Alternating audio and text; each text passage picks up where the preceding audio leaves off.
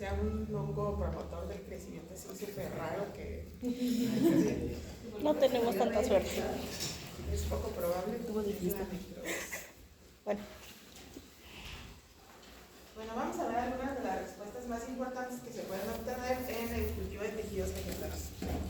Y el primero es el tejido calloso. Esta es una de las respuestas más útiles que hay en el cultivo de tejidos vegetales por todas las aplicaciones que puede tener.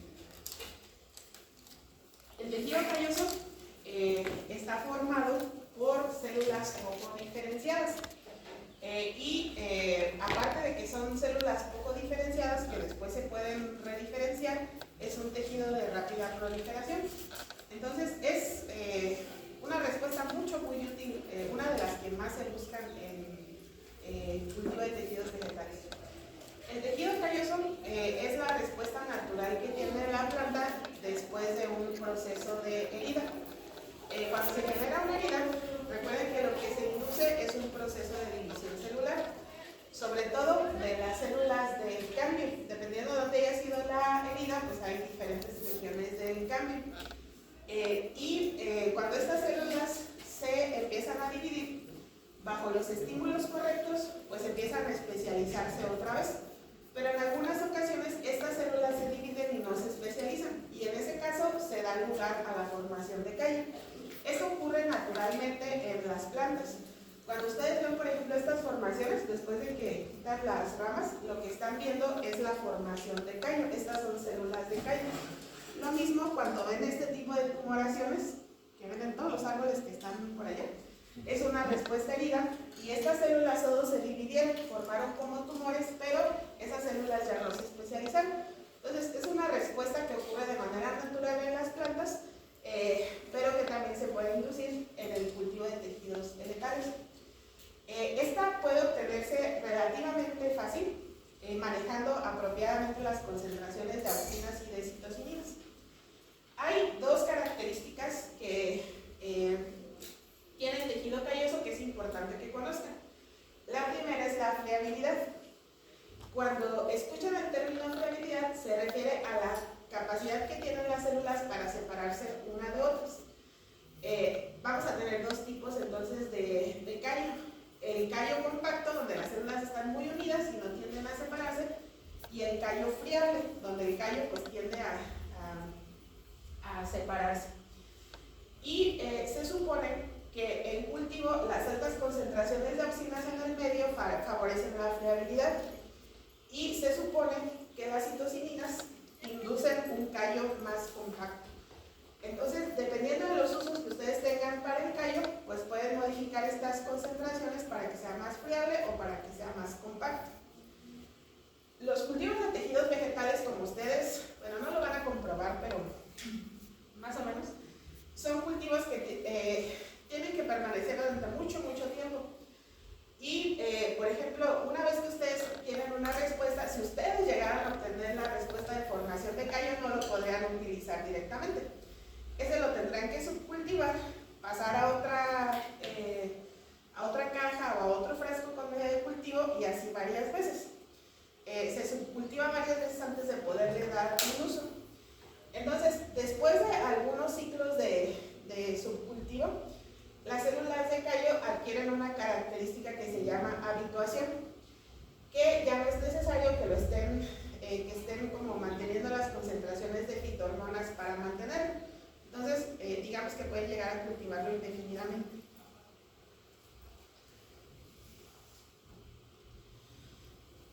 Una ventaja que tienen las células de callo es que son como células en blanco, que después ustedes pueden dirigir su especialización modulando obviamente las concentraciones de fitohormonas.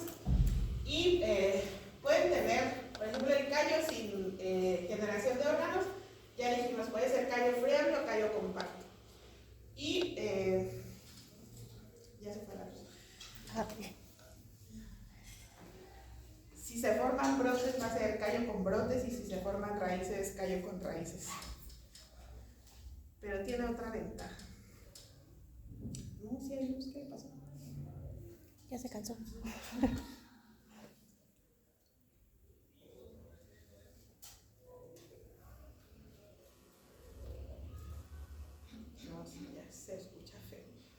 Sí.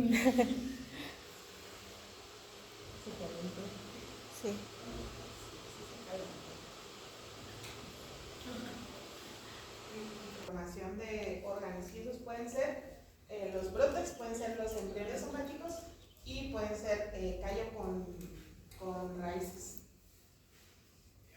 Todas las respuestas son más o menos como, pues, obvias, ¿no? La de embriones somáticos a veces no tanto. ¿Sí saben a qué se refiere un embrión somático? Que se está dando en un lugar que no debería. Como por ejemplo aquí en un callo, en lugar de... Ay, ¿cómo se llama? Que son capaces de generar como unas franjas, por ejemplo. Es un embrión, es igualito al que está dentro de la semilla, es un embrión, pero se forma a partir de una célula somática, no en una semilla. O sea, es un embrión, es como si fuera una semilla, ese es un embrión somático. Y eso es por un proceso de germinación, de embriogénesis y otro parecido a la germinación, les van a dar una planta completa.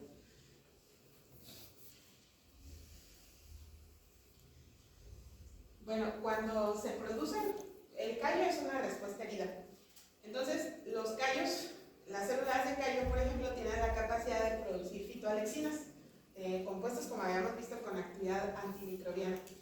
Y las células de callo, específicamente las células de callo, generalmente derivan de los meristemos que están en la zona de herida. Uno de los más comunes es el meristemo vascular. Dependiendo de dónde generen ustedes la herida, pues va a haber distintos tipos de meristemo, ¿no? Pero en todos va a haber meristemo vascular, porque va a haber tejido vascular. Entonces, es el que generalmente da lugar a la formación de callo. Y el callo, pues, digamos que cuando se forma naturalmente, pues puede dar como lugar a la producción de muchos metabolitos secundarios. Entonces, de ahí, o haciendo esa observación, se dieron cuenta que las células derivadas de callo pues tenían la capacidad de producir pues prácticamente cualquier metabolito secundario. Y una de las aplicaciones más importantes que tiene precisamente la célula de callo es la formación de células en suspensión, que después se utilizan para producir metabolitos de plantas, pues en cultivos en suspensión, como si fueran microorganismos. Entonces, el callo es un tejido desdiferenciado, pero eso no quiere decir que sus células no puedan tener funciones de células especializadas, sino todo lo contrario. Es una célula desdiferenciada, pero que tiene la capacidad, pues que tienen prácticamente todas las células de la planta.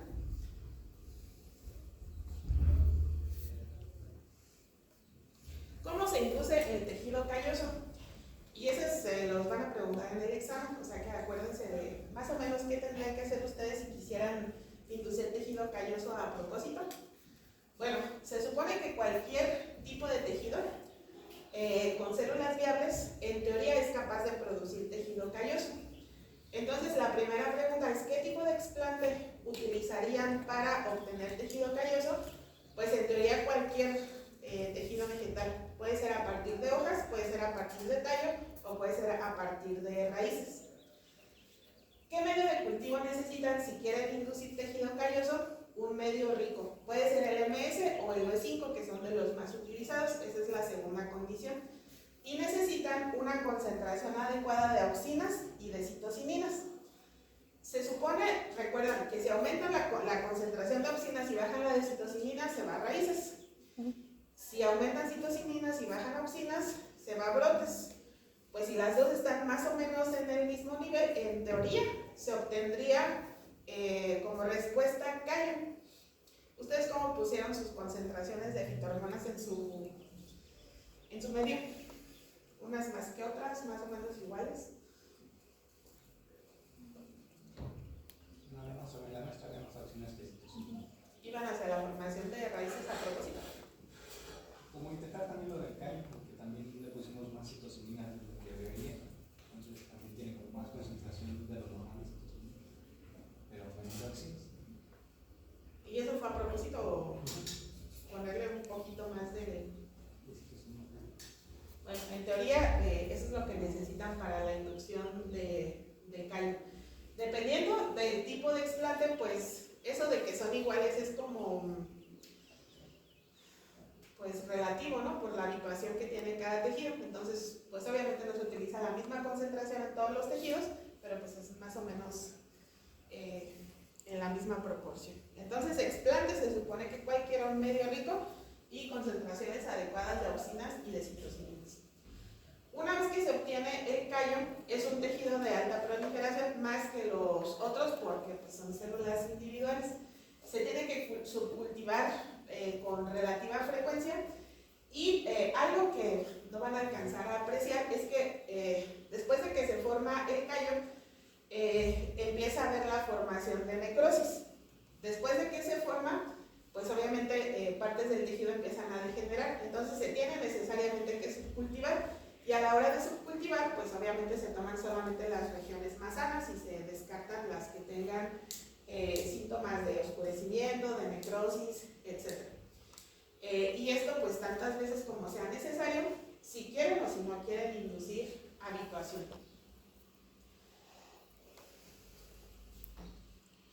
¿Y para qué se utiliza el tejido calloso? Pues para muchísimas cosas.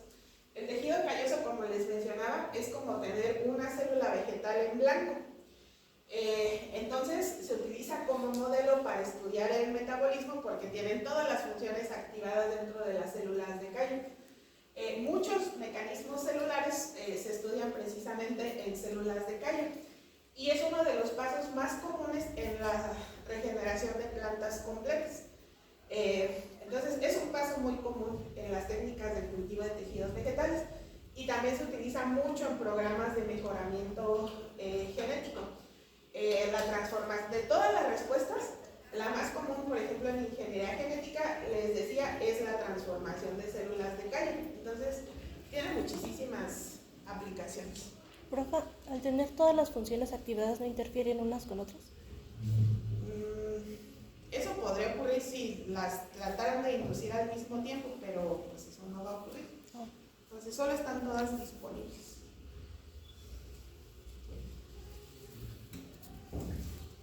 Una de las ventajas más importantes que tiene el callo es que se puede utilizar para la regeneración de plantas completas. Hay como 3 formas de regenerar plantas completas in vitro. La primera es cuando utilizan explantes, o más bien utilizan a las yemas como explantes. Cuando les decía que para la formación de tejido calloso se puede utilizar prácticamente cualquier explante. Es cualquiera menos yemas o meristemos. Porque las yemas o los meristemos los van a llevar directamente a la obtención de plantas completas. Es la respuesta que les van a dar. La otra forma de obtener una planta completa es mediante embriogénesis somática. Se forman embriones somáticos, esos embriones somáticos germinan, se forma el embrión, germinan y les dan una planta completa. Y la tercera es la organogénesis. Entonces, ¿cómo a partir de un cultivo de tallo obtienen una planta completa? Si tienen, por ejemplo, el cultivo de callo e inducen la formación de embriones somáticos, pues después solamente separan el embrión y cuando empiece a dividirse les va a dar una planta completa. Pero si cuando ustedes tienen a la célula de callo, por ejemplo, era callo, ¿no? Y después inducen la formación de brotes, ¿esto cómo lo convierten en una planta completa?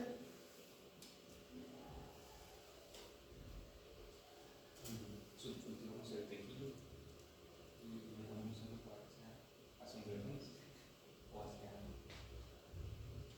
rotación.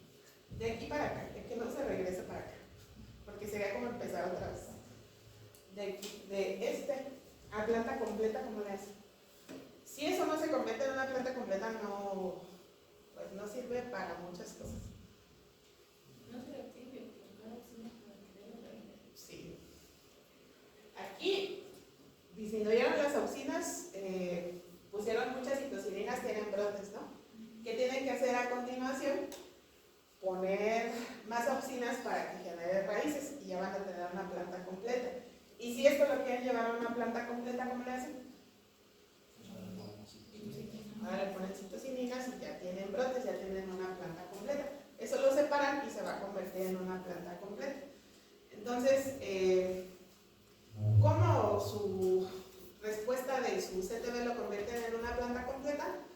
Si es por organogénesis, pues si es raíces ahora brotes, y si son brotes ahora raíces. O sea, primero se da la formación de callo y ya después se hace eso.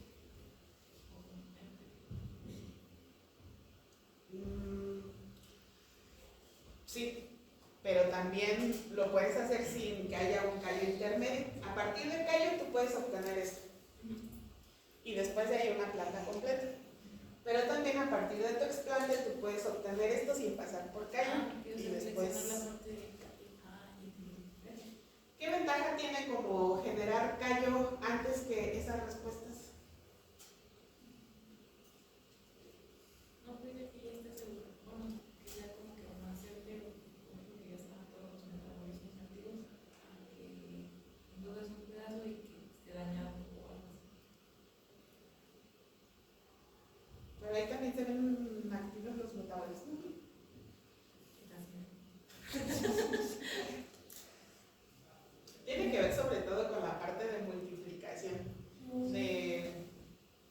El callo naturalmente, o pues sí, por la forma en la que se maneja, puede tolerar más ciclos de multiplicación. Entonces, si tú, por ejemplo, quieres propagar, pero quieres propagar 10,000 plantas, a lo mejor es más fácil que primero obtengas callo, lo subcultives, lo dividas y después te vayas a organogénesis. También se podría hacer por aquí, pero te rinde menos ciclos de multiplicación, por decirlo así.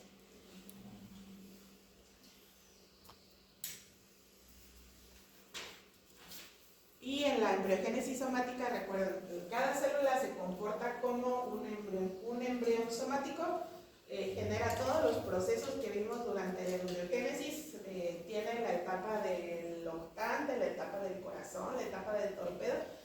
De hecho, esas etapas se descubrieron precisamente en la embriogénesis somática. Se forma el embrión, continúa la división celular y obtienen una planta completa. Entonces, es igualito el proceso de embriogénesis somática que el de embriogénesis normal.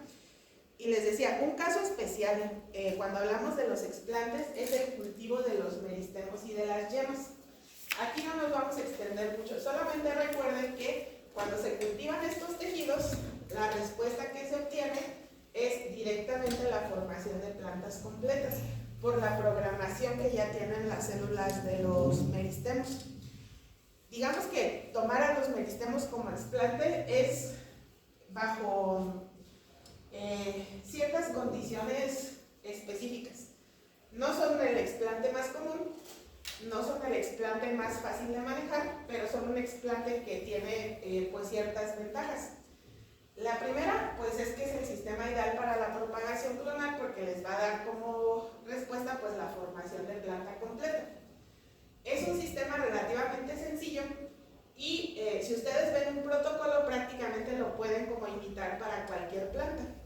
Una de las desventajas que tiene, como les decía, el cultivo de tejidos vegetales es que cuando ustedes trabajan con una planta, pues prácticamente tienen que generar su propia metodología. Porque aunque ustedes trabajen con violeta, si tratan de replicar las condiciones que usa alguien más, no van a obtener la misma respuesta. O sea, todo es prueba y error. Sus concentraciones de fitohormonas para inducir callo son prueba y error. Sus condiciones de cultivo para inducir una respuesta son prueba y error. O sea, cada vez que trabajen con una planta diferente, en un laboratorio diferente, con un medio diferente, siempre es prueba y error. Pero en los meristemos eso se estandariza más fácil. Entonces, es una ventaja que tiene. Y como la respuesta que les da es directamente plantas completas, es generalmente como se mantiene el germoplasma. Se aíslan los meristemos y son los que se utilizan como explantes. ¿Cuál es la desventaja? Pues obviamente son células, como son explantes más chiquitos, pues son más sensibles a la esterilización, ¿no? Es menos probable que sobrevivan las células. También son más propensos a la oxidación, presentan altas tasas de vitrificación, o sea, todos los problemas es más común que se presenten en el meristemo. y no se utiliza mucho para la obtención de plantas transformadas genéticamente porque tiene una tasa de sobrevivencia muy baja. Profe, entonces, ¿cómo los conservan para guardarlos, como he dicho en la clase? Cuando una planta se conserva por germoplasma, por CTV, es complicadísimo, porque, o sea, literalmente tienen que estar estableciendo todo el tiempo el cultivo. Si aíslan los meristemos o las yemas, los ponen en el medio de cultivo, los están subcultivando constantemente, o sea, es en el medio de cultivo como tal. Uh-huh.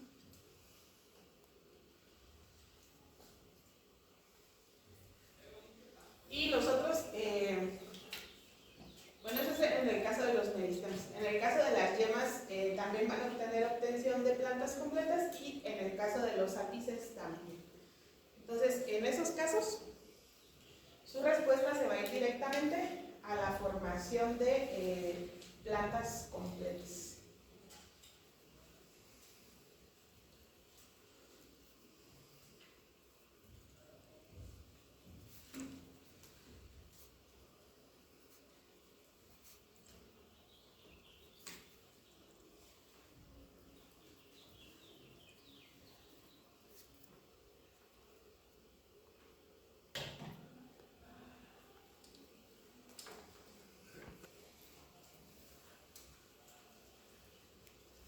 Bueno, vamos a revisar las etapas de la micropropagación. La micropropagación es una técnica de propagación vegetativa. En estas técnicas de propagación vegetativa, bueno, se refieren a la multiplicación de las plantas sin la utilización de la semilla. Siempre que un proceso de multiplicación de plantas se salte de la semilla, se habla de propagación vegetativa. Y dependiendo del tamaño del explante que se utilice, hay dos técnicas de propagación, la micropropagación y la macropropagación. Las dos las vamos a revisar en esta unidad porque en la que sigue solo van a presentar sus proyectos. Entonces, en la micropropagación, el tamaño del explante es muy pequeñito. De manera que el explante no puede mantenerse solo y tienen que darle pues los nutrientes en el medio de cultivo y las condiciones que necesitan en el medio de cultivo. En la macropropagación el explante es más grande, por ejemplo sus esquejes. Ahí no era necesario ponerlos en un medio de cultivo porque esos dependían de los nutrientes que tenían almacenados o incluso de la fotosíntesis que podían llevar a cabo. Entonces, la diferencia pues entre macro y micropropagación es el tamaño del explante. En este el explante es tan pequeñito que necesitan utilizar técnicas de cultivo de tejidos vegetales para que se pueda desarrollar. Pero la micropropagación y el CTV no son lo mismo. La micropropagación termina cuando tienen una planta en suelo y el CTV pues solamente es que se divida que se establezca bueno, sí, que se divida y ya tienen el establecimiento como tal.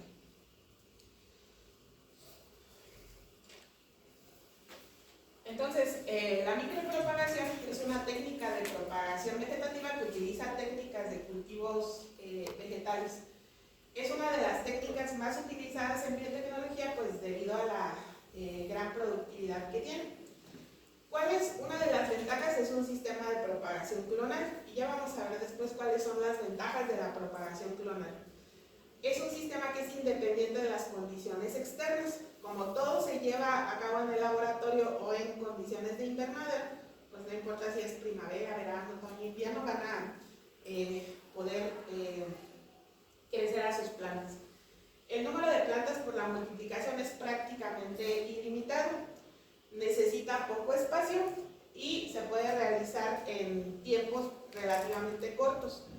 Y otra ventaja que tiene es que las plantas van a estar libres de bacterias, hongos, nemátodos y fitopatógenos cuando están creciendo adentro. Eso ya es problema cuando las sacan al mundo real. Pero es la forma pues, en la que se obtienen plantas libres de enfermedades.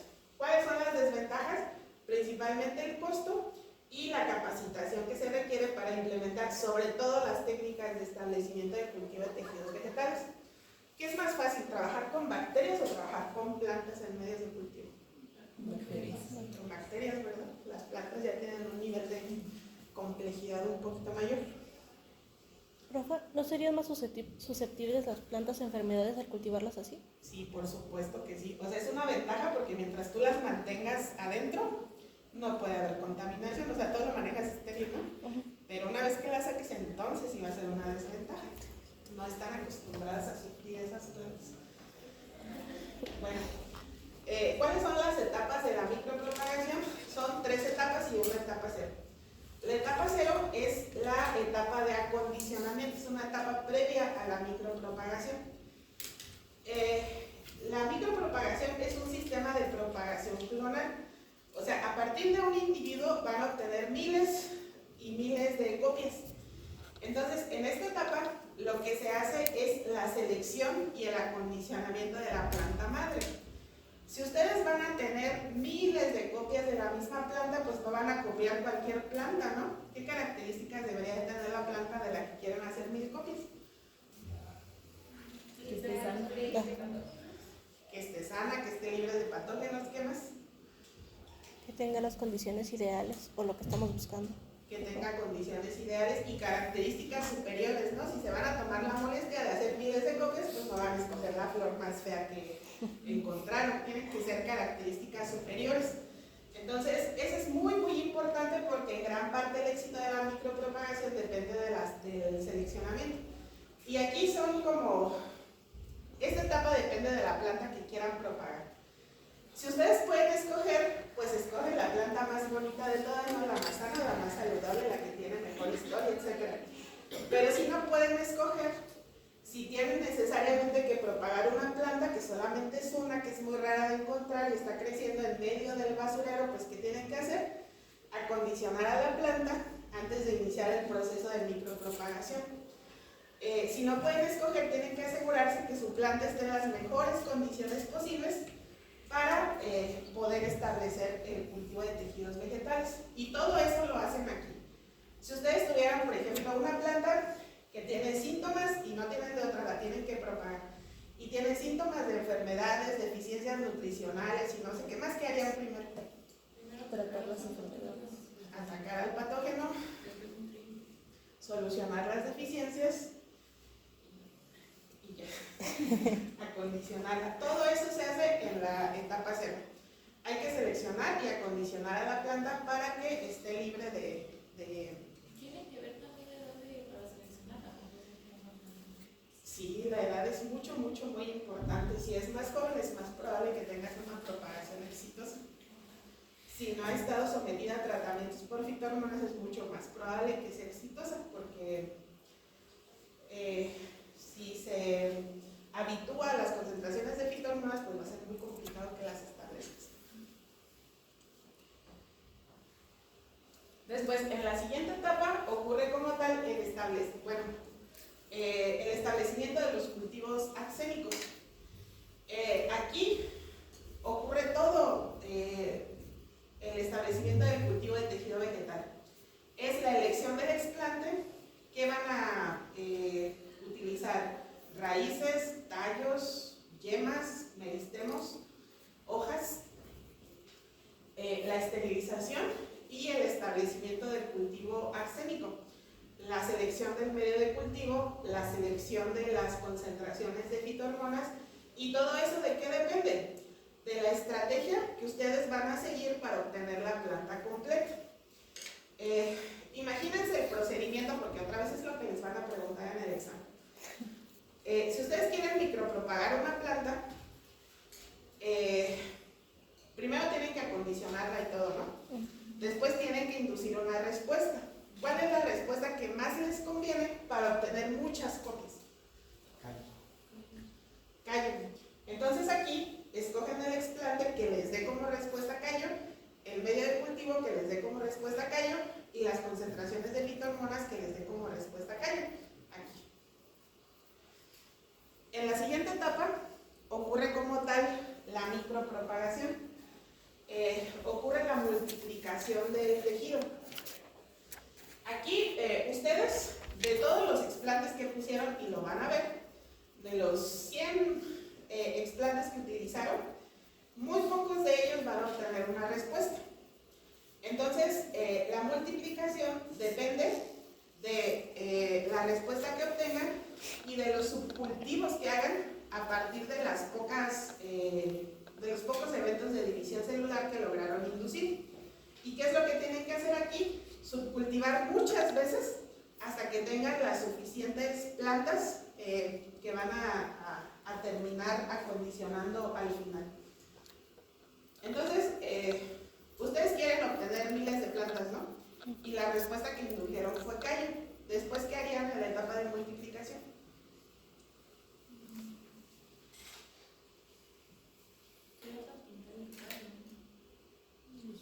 Trasplantan el callo muchas veces. ¿Y después? No se les ponen las hormonas ¿Para qué? para completar la zona de la superficie y tiene brote y te dar un país o viceversa. Eso es lo que hacen a continuación.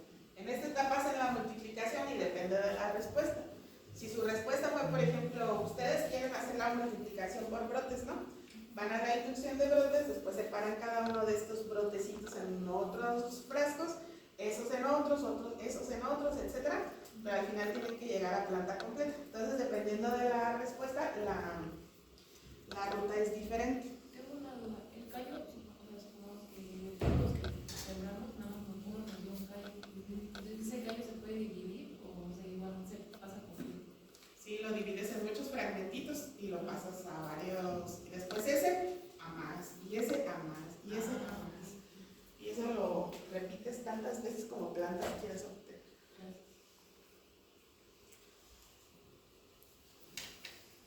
En la tercera etapa, el objetivo es que los brotes desarrollen su sistema radicular o que las raíces desarrollen su sistema aéreo.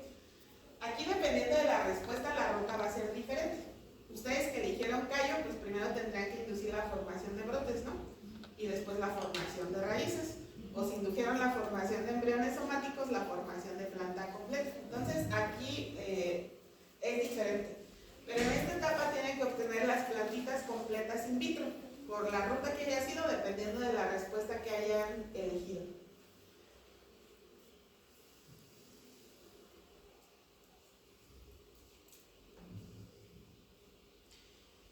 Y hasta aquí termina la parte de cultivo de tejidos vegetales. La última etapa ya es la adaptación al medio externo. Y esta es la etapa más complicada, de hecho, porque las plantas que se generan in vitro, pues obviamente tienen características que dificultan su adaptación. Una de ellas es la que mencionaban, son mucho más sensibles a las infecciones. Pero no es la única. También, al haber sido generadas en medios de cultivo, están acostumbradas a concentraciones muy altas de agua. Y eso hace que tengan poco desarrollados los sistemas para la pérdida de agua o incluso para la toma y el transporte de agua. Y eso puede dificultar su adaptación. Cuando están creciendo en el medio de cultivo, tampoco llevan a cabo fotosíntesis normal, porque hay carbohidratos en el medio. Entonces, la anatomía de la hoja es diferente, tienen menos clorofila, son más delgados, o sea, son menos eficientes en la fotosíntesis. Y eso hace que la adaptación tenga que ser paulatina. ¿Qué pasa si sacan su plantita del medio de cultivo y lo ponen directamente en el suelo? ¿Qué se imagina que va a pasar? Se muere. Se va a morir. Entonces, ¿cómo harían que el trauma sea menos dramático para la planta? No se puede someter el estrés antes de empezar. O sea, no tan fuerte. No, sí se va a estresar, pero ¿cómo? Podría ser por periodos. O sea, en lugar de sacarla ya de cara y la saco un ratito, luego la devuelvo. Ay, pobrecita, imagínate la verdad para allá. Se le van agregando condiciones externas, por ejemplo, no sé, la temperatura, se le va quitando un poquito de agua. Esa es una, pero la más importante es la de sustrato, los nutrientes. Y lo que se hace es utilizar utilizar primero sustratos que todavía tienen una cantidad de nutrientes menor, pero que están proporcionando los nutrientes, incluso carbohidratos, y el sustrato se va modificando hasta que se parece más al suelo. Y cuando las crecen en un sustrato ya que es completamente suelo, donde ya tienen que hacer fotosíntesis, absorber agua de forma normal, y forma la primera hoja nueva. Esa es la señal de que la micropropagación fue exitosa, y hasta este momento termina la micropropagación, porque a partir de un explante obtuvieron una planta completa crecida en suelo, la multiplicaron. Profa, y si quisiera propagar una planta que no sea susceptible como de enfermedades, que tenga un buen sistema, ¿lo pierdo durante la micropropagación? Eso está muy complicado. Muy complicado. Ahí lo de menos es la micropropagación. Ahí es ¿qué vas a cambiar para que sea más resistente a enfermedades? Supongo pues que ya lo fuera. Si tú revisas la literatura, así hay muchísimos artículos, pero muchos artículos donde identificaron este gen, Hay cientos de plantas transgénicas que trataron de hacer más resistentes a las enfermedades. ¿Cuántas de esas hay crecidas en suelo? Casi no. No, o sea, es que sí es muy diferente el comportamiento que tiene la planta en el laboratorio, en las pruebas y todo eso, cuando la sacan a campo eso que estás diciendo es una de las cosas más difíciles y pues de hecho no se ha logrado conseguir. Y han modificado de todo, y las plantas cuando las tratan de poner en un sistema así ya agrícola, no funcionan. Y en el laboratorio eran muy prometedoras. Entonces sí, o sea, no, la micropropagación no puede hacer mucho en eso. Entonces en eso consisten las etapas de la micropropagación. En la etapa de adaptación, recuerden la selección del explante, los pretratamientos, la selección de la planta madre la tienen en buenas condiciones. Se establece el cultivo axénico y ahí las condiciones dependen de la respuesta. Y la respuesta pues de la ruta que quieran seguir, ¿no? Ahí cada uno tendrá una ruta diferente. Y después sigue la multiplicación in vitro, puede ser a partir de células de callo, a partir de brotes, de embriones somáticos, etc. Y esto se repite tantas veces como plantas quieran inducir. Después viene la elongación del enraizamiento. A partir de la respuesta, tener una planta completa in vitro. Y ya después la adaptación a las condiciones del medio. En la última parte de este tema, vamos a ver cómo se obtienen las células de callo para obtener células en suspensión, que es un sistema muy útil. Ese se utiliza sobre todo para la obtención de metabolitos secundarios. Y ustedes van a escoger un metabolito secundario que se produzca utilizando cultivo de tejidos vegetales y lo van a exponer. Entonces, vayan pensando cuál es el metabolito secundario que les interesa para que vayan investigando esa parte. Y ya nos...